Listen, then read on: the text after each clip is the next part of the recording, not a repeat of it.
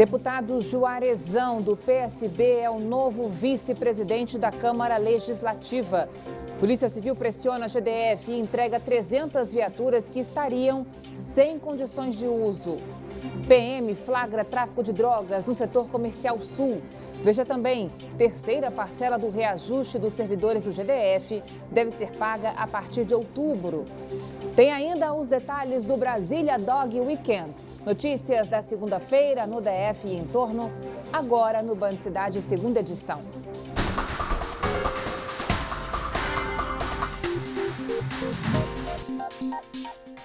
Olá, boa noite para você, seja muito bem-vindo. O deputado Juarezão é o novo vice-presidente da Câmara Legislativa do DF. Ele foi eleito hoje, 6 dias após a deputada Liliane Roriz renunciar ao cargo. A distrital foi a responsável por denunciar um suposto esquema de propina em contratos de UTI. O repórter Rodrigo Nunes tem as informações ao vivo. Oi, Rodrigo, boa noite para você. Boa noite, Carol. Boa noite a todos que acompanham o Band Cidade. Apenas um deputado concorreu aí ao cargo de vice-presidente da Câmara Legislativa. Foi Juarezão, do PSB. Ele foi eleito com os votos dos 14 parlamentares que estiveram presentes na votação. 10 deputados estiveram ausentes aí durante essa sessão. Juarezão agora é o único da mesa diretora da Câmara que não teve o nome citado no esquema de desvio de emenda orçamentária, que foi denunciado aí com um vazamento de áudios entre as deputadas Liliane Roriz e Celina Leão. Vamos relembrar o caso. Deixa eu contar o que vai acontecer hoje. Nós vamos falar com o secretário de saúde. A gente colocou o recurso para ele agilizar o negócio do recurso.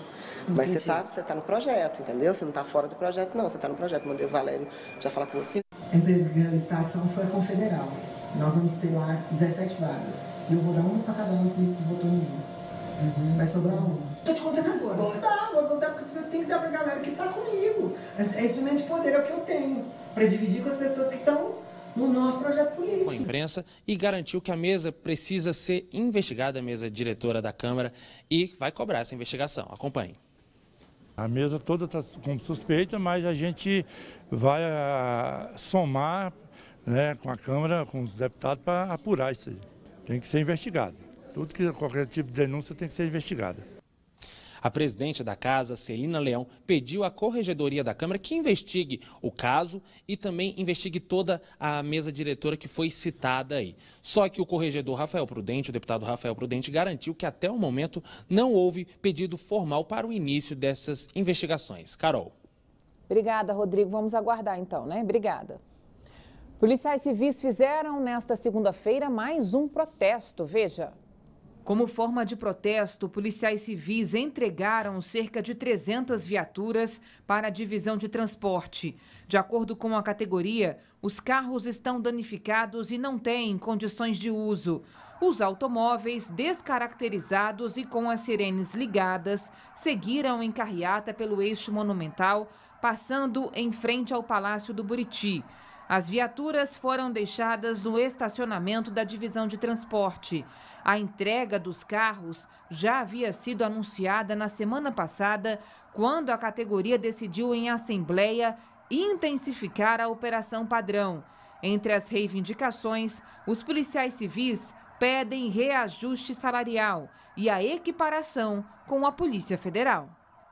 Em nota, a Polícia Civil informou que recebeu 70 viaturas para reparos. Disse que a manutenção ocorre regularmente e não apenas agora, por ocasião desse protesto. A polícia também afirmou que as viaturas são revisadas a cada 10 mil quilômetros rodados em oficina própria na divisão de transportes. A frota da Polícia Civil do Distrito Federal tem quase 1.500 viaturas. Um comerciante da UNB foi despejado do quiosque que administrava por falta de pagamento do aluguel. A determinação da Justiça foi cumprida com o apoio da Polícia Federal. Veja. Em pleno sábado, estudantes e professores da UNB foram pegos de surpresa com a presença de agentes da Polícia Federal na universidade. Os policiais estavam no campus para cumprir uma decisão da Justiça que determinava a retirada de um comerciante do local.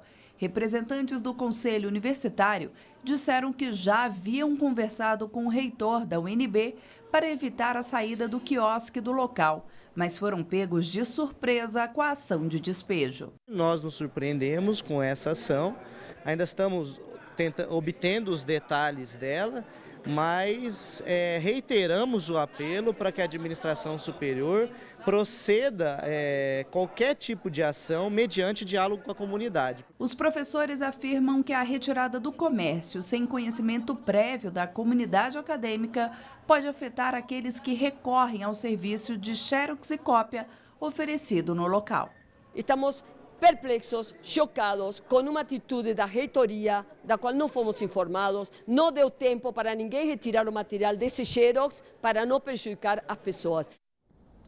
A UNB informou que a reintegração de posse aconteceu porque a copiadora estava em débito desde 2015. Disse ainda que durante esse período foram realizadas reuniões para resolver o problema e continuar com o serviço. Na última quarta-feira, o responsável pela empresa foi notificado para desocupar o espaço público em até 72 horas. Por causa da desobediência, a Justiça então determinou a imediata desocupação do local. Protesto. Integrantes da Frente Nacional de Lutas invadiram hoje o prédio onde funcionam os Ministérios do Desenvolvimento e do Esporte. Cerca de 300 pessoas participaram do ato, segundo a Polícia Militar. Um vidro da portaria foi quebrado durante o protesto. Ninguém ficou ferido ou foi preso. Os manifestantes pedem a volta do Ministério do Desenvolvimento Agrário e também reforma agrária. Protesto também no Altiplano Leste. Moradores da região fizeram uma carreata para reivindicar a regularização dos condomínios e contra a derrubada de casas na Estância Quintas da Alvorada. A carreata começou às 8h30 da manhã. Os moradores de condomínios em regularização ou ainda irregulares, como Estância Quintas da Alvorada, se concentraram no Jardim Botânico e seguiram rumo ao Palácio do Buriti. A manifestação é contra as derrubadas de casas, operação iniciada na semana passada pela AGFIS. Identificados como a bandeira branca, os carros do protesto ocuparam 2 faixas na maioria do trajeto. Na ponte JK, a carreata bloqueou todas as pistas por 15 minutos. O trânsito, que já é pesado na região, ficou totalmente paralisado. Houve buzinaço. O motorista que tentou seguir pelo Lago Sul também sofreu com um congestionamento. Importante protestar, mas não atrapalhar a gente. Olha, é de fato um drama para qualquer família sofrer ameaça de demolição da própria casa. E por isso dá para entender a reação dos moradores contra derrubadas de invasões no Altiplano Leste. O governo avisou que não seriam toleradas novas construções, mas ainda assim elas recomeçaram e por isso estão sendo derrubadas. A AGFIS avisou que não corre esse risco quem já mora no local. A questão é controversa porque, afinal, se tratam de invasões ilegais e também porque, durante sua campanha, Hollenberg prometeu regularizar essa área. O problema não está no mérito do protesto, mas na forma. Os manifestantes perdem a razão e até o apoio da população quando resolvem atrapalhar o trânsito e a vida de quem nada tem com o assunto. O vice-presidente do PR em Santo Antônio do Descoberto foi assassinado nesse domingo. O pastor Paulino Silva foi atingido com pelo menos 4 tiros. O crime aconteceu no mesmo bairro onde um jornalista também foi morto há cerca de um mês. As marcas de sangue mostram os vestígios do crime. O vice-presidente do Partido Republicano e pastor Paulino Silva foi morto na porta de casa com sinais de execução. O pastor Paulino morava nos fundos desta igreja com a família. Ele tinha acabado de chegar em casa quando foi surpreendido pelos bandidos. Os moradores disseram que ouviram pelo menos 4 tiros. O pastor chegou a ser levado para o hospital, mas não resistiu aos ferimentos. É uma morte brutal, né? E não fica dúvidas que realmente foi uma execução, né? Uma vez que foi na porta de casa, né? Tudo indica que ele estava tomando café, porque ele estava com uma xícara, né, de café à mão. E não tem... Eu ainda estou assim, fora do chão, né? Procurando uma resposta, uma explicação, por ser um homem do bem. Esta vizinha diz que o bairro Morada Nova, onde o crime aconteceu, é bastante perigoso. Está matando direto. Poucos dias para cá mataram 6, só que dentro. O bairro é o mesmo onde o jornalista João Miranda foi executado há menos de um mês. O blogueiro fazia oposição ao atual prefeito da cidade. Um dos suspeitos, chefe da segurança da prefeitura, foi preso. Este homem, que não quer se identificar, acredita que o crime tenha motivação política. Ele havia comentando que não tinha muita segurança concernente à vida dele, porque pessoas tinham colocado financeiramente para ele recursos, não apontou a quem, para poder deixar o partido e para outros partidos, né? Então, e por causa disso ele não aceitou, então começou a receber ameaças. A produção da TV Band tentou falar com a Polícia Militar de Goiás para saber sobre o reforço da segurança nesse local, mas ninguém atendeu as ligações. Combate ao tráfico de drogas, a PM flagrou a venda de entorpecentes no setor comercial sul em plena luz do dia. 3 pessoas foram presas. Foram 10 horas monitorando a movimentação no setor comercial sul, perto da Galeria Nova Ouvidor, na quadra 5. Neste vídeo dá para ver que um homem de camisa listrada se aproxima para comprar os entorpecentes. Ele negocia com os traficantes, paga e vai embora. Em outra filmagem no mesmo local, mais um homem busca pelas drogas. Ele enrola tudo em um saquinho que esconde na calça e entrega o dinheiro, cerca de R$120. 2 traficantes e um usuário foram detidos pela Polícia Militar. Com eles foram encontrados R$135 em dinheiro e porções de crack.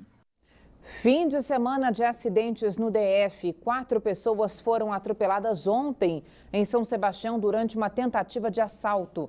No mesmo dia, uma carreta ficou destruída após ser incendiada na DF 251. E hoje, o motorista de um caminhão morreu depois de bater em um ônibus no Recanto das Emas. Veja. O acidente foi na quadra 116 do Recanto das Emas por volta das 7 horas da manhã de hoje. Com a batida, o motorista do caminhão foi arremessado para fora do veículo e morreu na hora. Já o homem que dirigiu o ônibus não se machucou e não haviam passageiros no coletivo. E por volta das 10h30 da noite desse domingo, uma carreta pegou fogo na altura do quilômetro 30, na DF 251, próxima à região conhecida como Café Sem Troco. O corpo de bombeiros foi acionado, mas ao chegar ao local, o motorista não estava. A cabine do caminhão estava tomada pelo fogo, que já atingia a vegetação. Os militares conseguiram conter as chamas. Também no domingo, após tentar roubar uma van em São Sebastião, um homem atropelou 4 pessoas, bateu em um carro e fugiu. O acidente foi próximo à Fazenda Taboquinha. A mulher que dirigiu o carro foi atendida pelo Corpo de Bombeiros com dores pelo corpo e escoriações. Das pessoas que foram atropeladas, 3 foram encaminhadas ao hospital de base com lesões e escoriações, mas conscientes e estáveis. Já a 4ª, uma mulher de 21 anos, foi transportada para a UPA de São Sebastião. A 3ª parcela do reajuste dos servidores do DF deve ser paga a partir de outubro. As informações com João Cláudio Silveira, direto do estúdio da Band News FM. Oi, João, boa noite para você.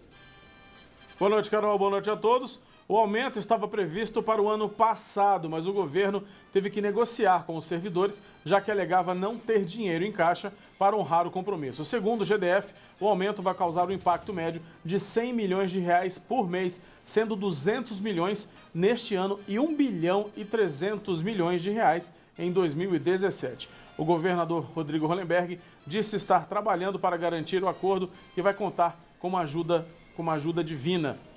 O reajuste prometido para o mês de outubro não contempla categorias como metroviários e policiais civis, que atualmente também reivindicam aumento salarial. Os metroviários já estão em greve há mais de 2 meses e os serviços da Polícia Civil também estão comprometidos devido à operação padrão da categoria. De volta com você, Carol. Boa noite, até amanhã. Obrigada, João. Até amanhã.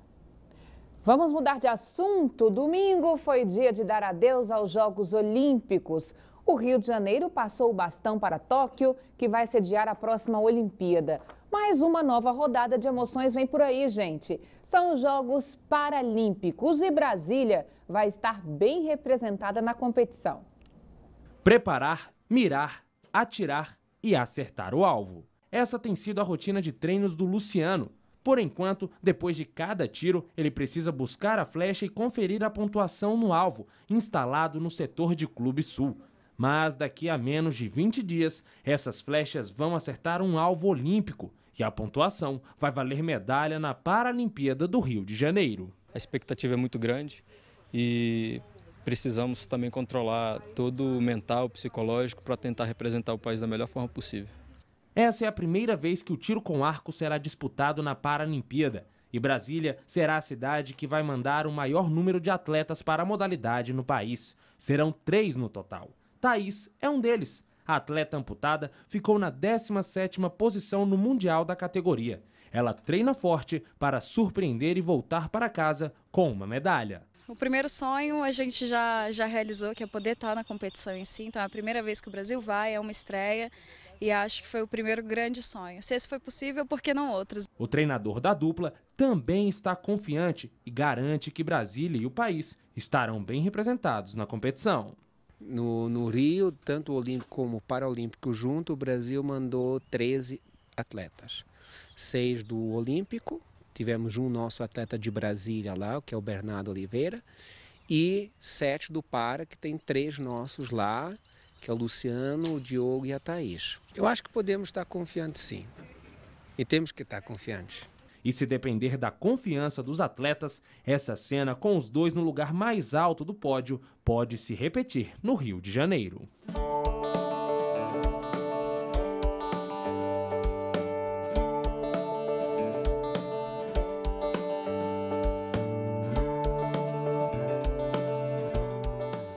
Boa sorte para os nossos paratletas, né? Os Jogos Paralímpicos começam no dia 7 de setembro e vão até o dia 18. A tocha chega ao Brasil no dia 1º e a Brasília é a capital que abre a passagem da chama pelo país. Os ingressos estão à venda no site ingressos.rio2016.com. Voltamos a falar das denúncias do suposto esquema de corrupção na Câmara Legislativa. O líder do governo na casa, o deputado Júlio César, também entregou o cargo. O repórter Rodrigo Nunes volta ao vivo com outras informações para a gente. Rodrigo. Carol, o deputado Júlio César era um dos membros aí da mesa diretora aqui da Câmara Legislativa que é suspeito de receber propina no caso de desvios das emendas aqui da Câmara Legislativa. Ele pediu afastamento com a justificativa de que vai se dedicar à própria defesa. Por meio de nota, o deputado Júlio César informou que foi citado por terceiros de forma infundada. Também por meio de nota, o GDF se posicionou e garantiu aí que a decisão de deixar o cargo renunciar a essa função foi única e exclusiva do deputado. E o governo respeita a decisão do parlamentar. Agora, o governo estuda aí um nome para assumir o cargo da liderança do governo na Câmara Legislativa. Por enquanto, o cargo segue desocupado. Carol. Obrigada, Rodrigo. Veja a seguir, presidente afastada Dilma Rousseff vai a julgamento final essa semana, hein? Os detalhes no próximo bloco do Band Cidade. Até já.